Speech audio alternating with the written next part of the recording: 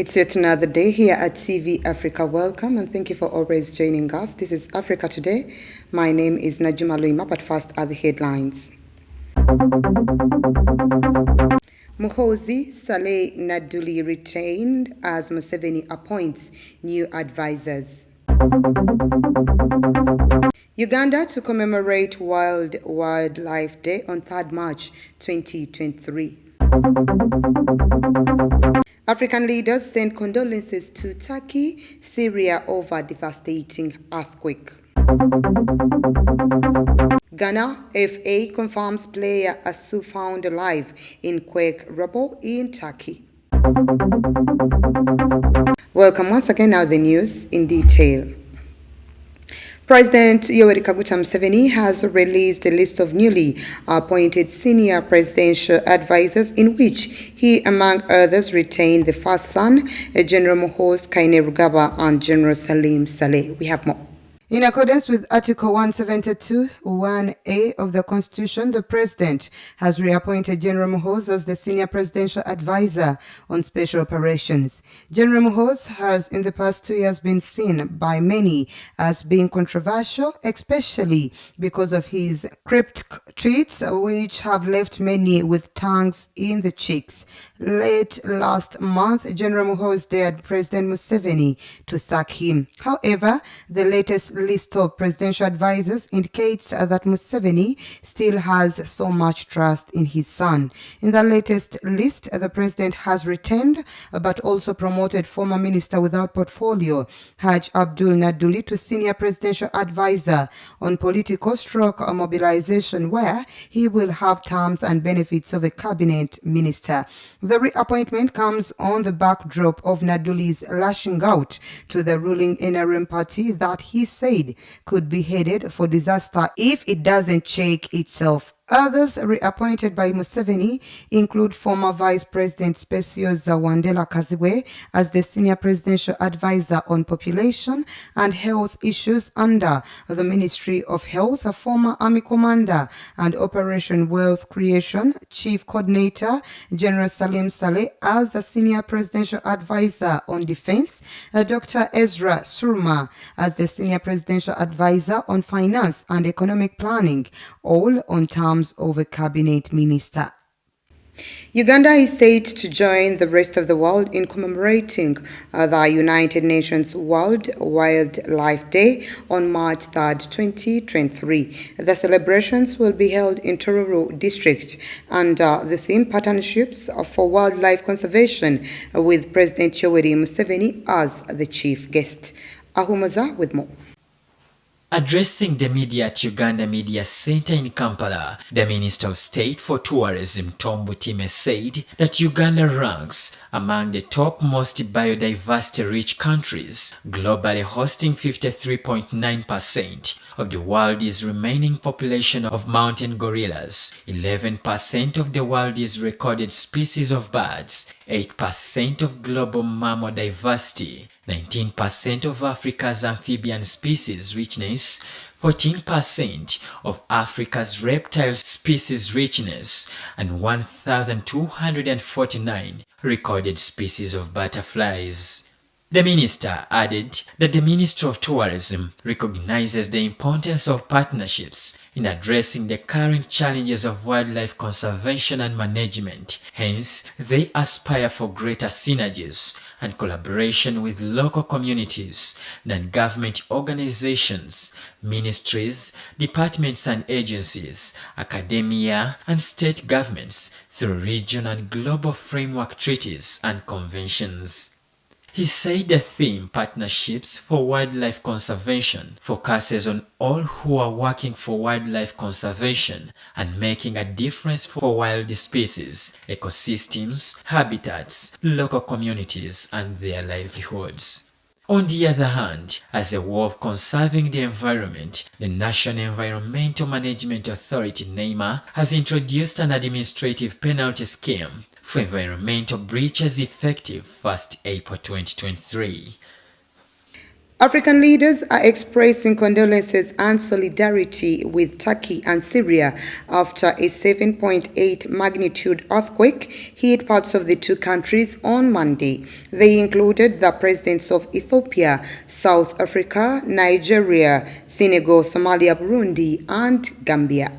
African leaders' condolences comes as dozens of nations and organizations offer to help with rescue efforts in southern Turkey and northern Syria after Monday's earthquakes that have already killed over 5,000 people. According to officials, as part of aid from Africa, Algeria sent an 89-member civil protection team to Turkey and an 85-member one to Syria to help in the rescue efforts, along with 210 tons of humanitarian aid for both countries according to its national daily, Ekorukeriami. President Kais Saied of Tunisia on his part ordered humanitarian aid for both Turkey and Syria, including 14 tons of blankets and food. Saied also appealed for volunteer medics to be flown out on Tunisian military aircraft. Also, the African Union chairperson Moussa Faki Mahamat in a tweet welcomed the global outpouring of support and solidarity. Russian President Vladimir Putin also said he was sending rescue workers to both countries after talks with his counterparts Recep Tayyip Erdogan and Bashir al-Assad. Let's take a quick break. We will be right back.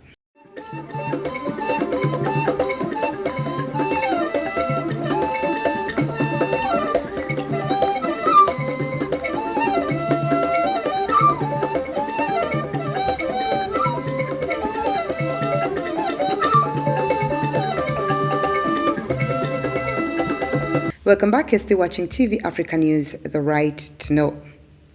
Malawi's High Court has lifted a recent government's suspension of the head of the Anti-Corruption Bureau, Martha Chizuma, a move that could see her return to work sooner than expected. We have more.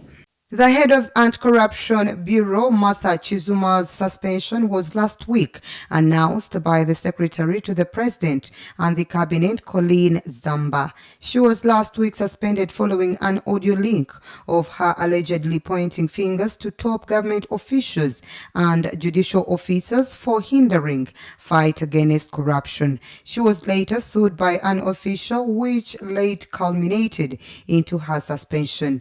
Her suspension did not sit well with the members of the opposition and lawyers in the country who later condemned the incidents. The lawyers cited the country's laws referring to the president as the only person permitted by the law to suspend her.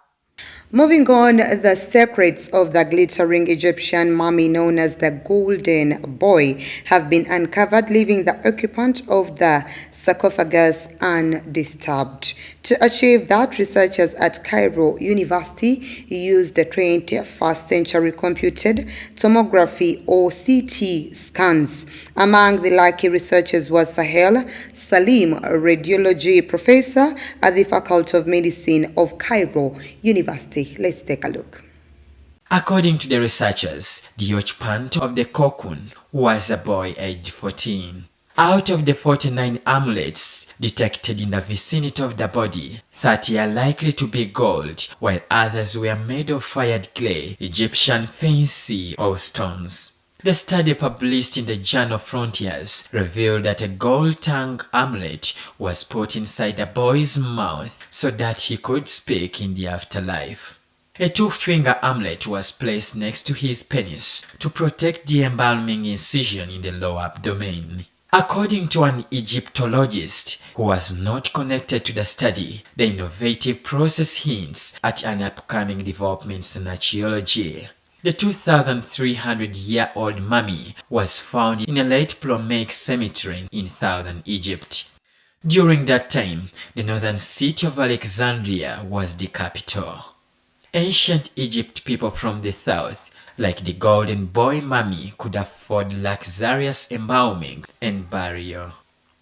Away from that, Russia's Foreign Minister Sergei Lavrov arrived in Mali early on Tuesday for talks with its junta leaders, seeking Moscow's help in battling an Islamist insurgency that remains entrenched despite years of fighting. Russia's Foreign Minister Sergei Lavrov, who was in Iraq on Monday, was welcomed upon his arrival by his counterpart, Abdoulaye Diop.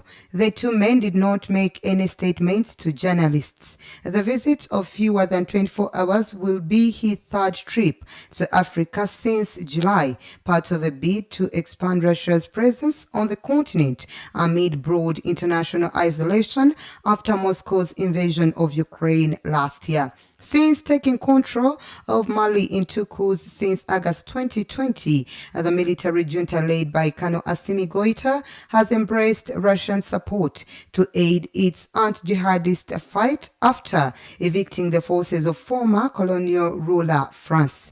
Several Malian officials have traveled to Moscow, but the visit by Lavrov is the first of its kind, aimed at cementing a new dynamic for security and economic cooperation between the two countries, according to Mali's foreign ministry. Let's once again take a quick break. We will be right back.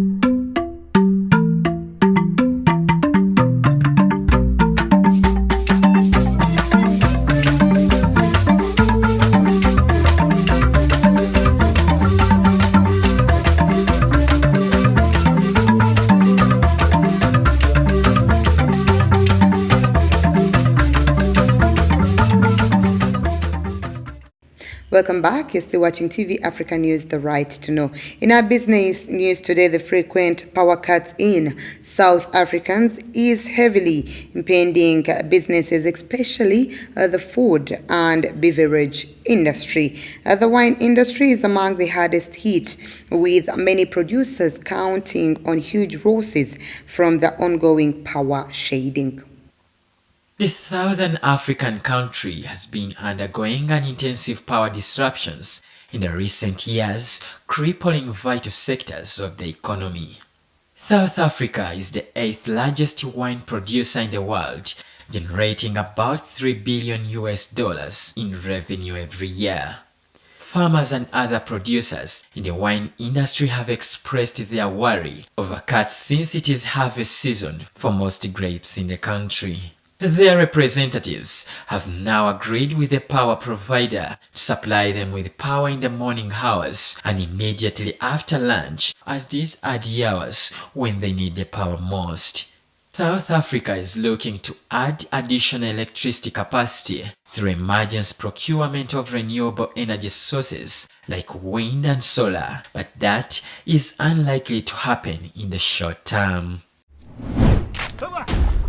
Bagari.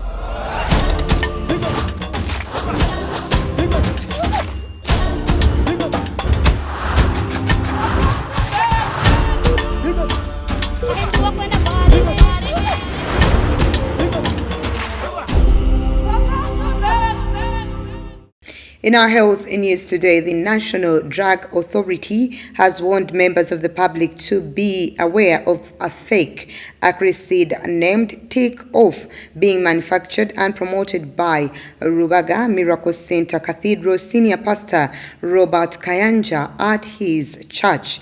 Acaricides are chemicals used to kill ticks and mites.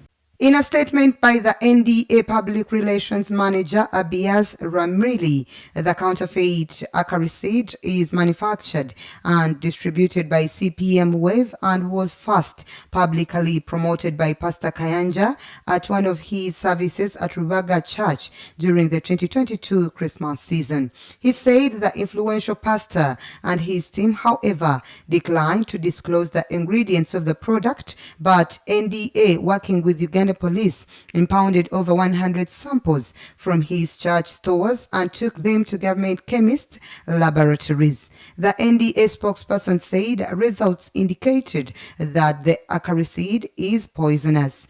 NDA said in the statement that the chemicals were being mixed with animal feeds and mokene and packaged without any expiry date, ingredient information, or warning.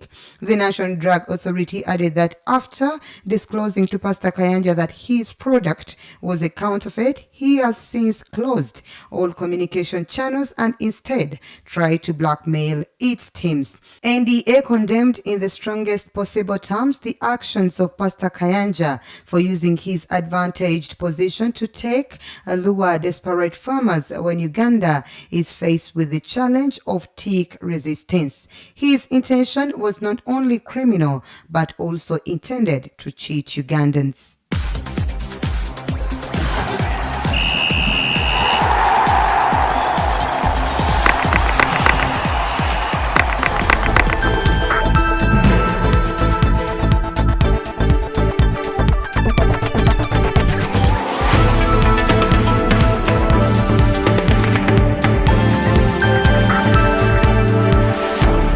And in our sports news today, after hours of anguish await for good news, the Ghana Football Association confirmed on Tuesday that national player Christian Asu had been found alive amidst the many dead from the earthquake that rocked Turkey. Ahumuza has more.